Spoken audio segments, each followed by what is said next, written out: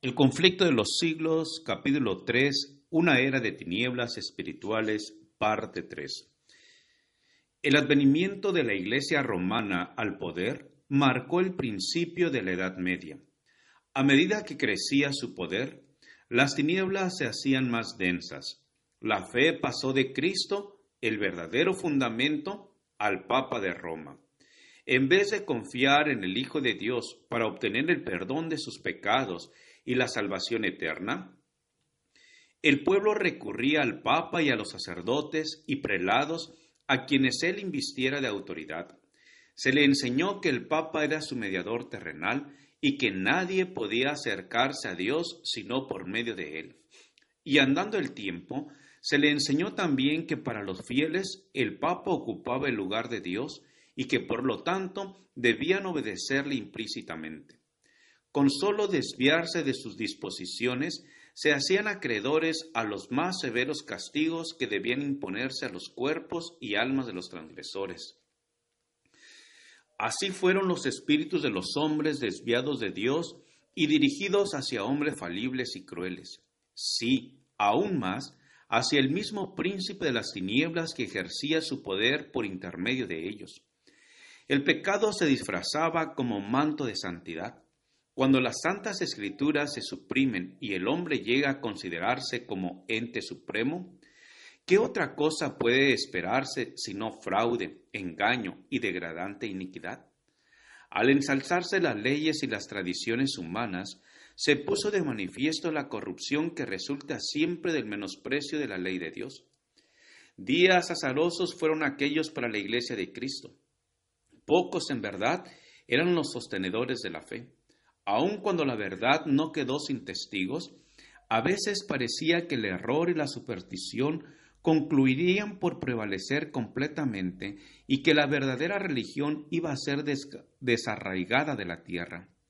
El Evangelio se perdía de vista, mientras que las formas de religión se multiplicaban y la gente se veía abrumada bajo el peso de exacciones rigurosas. No solo se le enseñaba a ver en el Papa a su mediador, sino aún a confiar en sus propias obras para la expiación del pecado.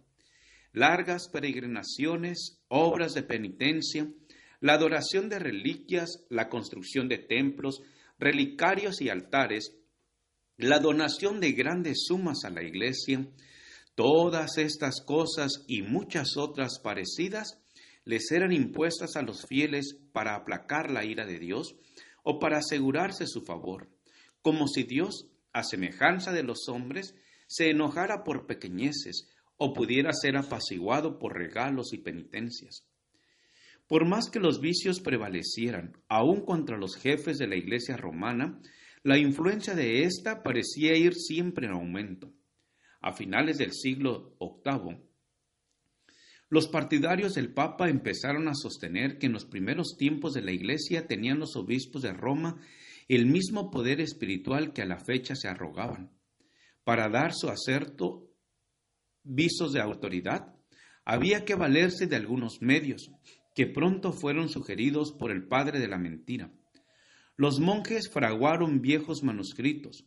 Se descubrieron decretos conciliares de los que nunca se había oído hablar hasta entonces, y que establecían la supremacía universal del Papa desde los primeros tiempos. Y la Iglesia, que había rechazado la verdad, aceptó con avidez estas imposturas. Los pocos fieles que edificaban sobre el cimiento verdadero, 1 Corintios 3, 10 y 11, estaban perplejos y trabados, pues los hombres de las falsas doctrinas entorpecían el trabajo, como los constructores de los muros de Jerusalén en tiempos de Nehemías. Algunos estaban por exclamar: las fuerzas de los acarreadores se han enflaquecido, y el asombro es mucho, y no podemos edificar el muro. Nehemías 4:10. Debilitados por el constante esfuerzo que hacían contra la persecución, el engaño, la iniquidad y todos los demás obstáculos que Satanás inventara para detener su avance, algunos de los que habían sido fieles edificadores llegaron a desanimarse, y por amor a la paz y a la seguridad de sus propiedades y de sus vidas, se apartaron del fundamento verdadero. Otros, sin dejarse desalentar por la oposición de sus enemigos, declararon sin temor: no temáis delante de ellos.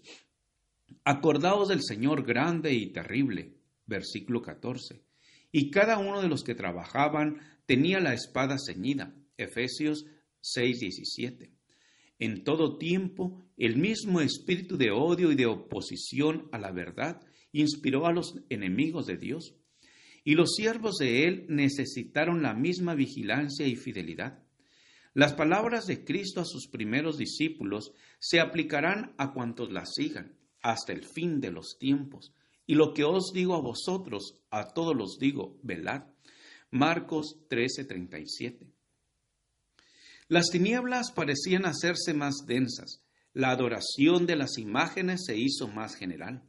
Se les encendían velas y se les ofrecían oraciones.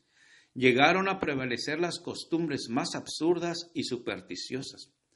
Los espíritus estaban tan completamente dominados por la superstición que la razón misma parecía haber perdido su poder. Mientras que los sacerdotes y los obispos eran amantes de los placeres sensuales y corrompidos, solo podía esperarse del pueblo que acudía a ellos en busca de dirección que siguiera sumido en la ignorancia y en los vicios.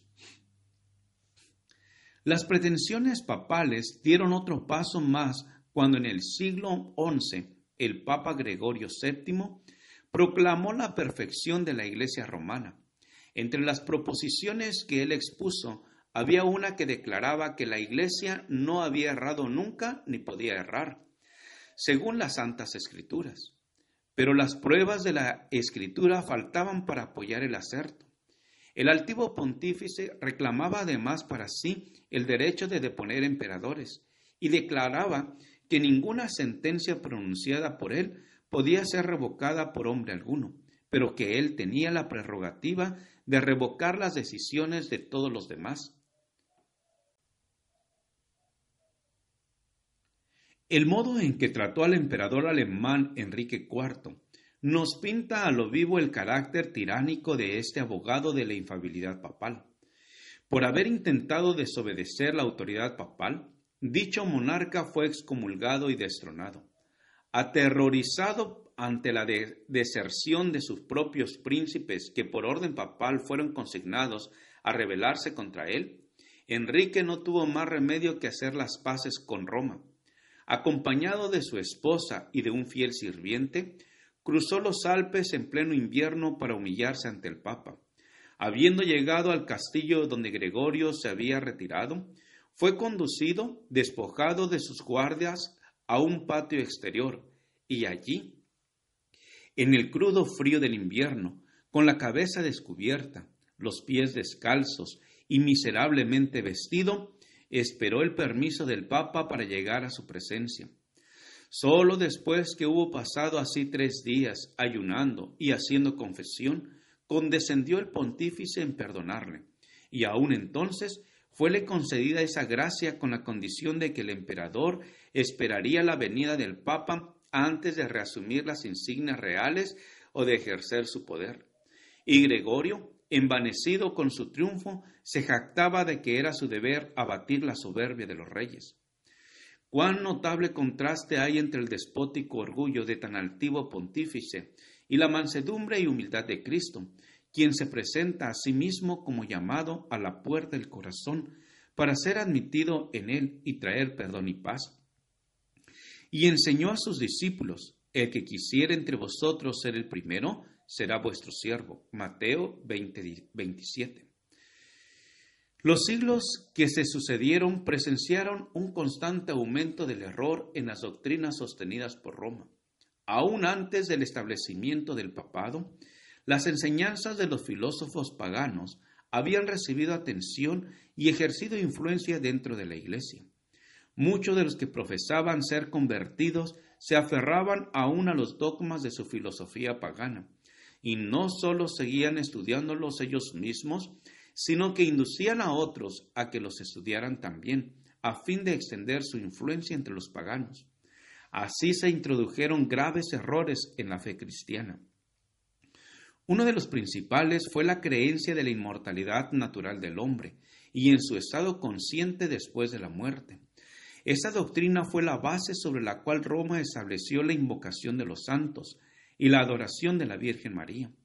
De la misma doctrina se derivó también la herejía del tormento eterno para los que mueren impenitentes, que muy pronto figuró en el credo papal. Gracias por escuchar este audio. Te invito a escuchar la siguiente parte. Jehová te bendiga y te guarde. Con aprecio, Pastor Juan Manuel Flores Espinosa.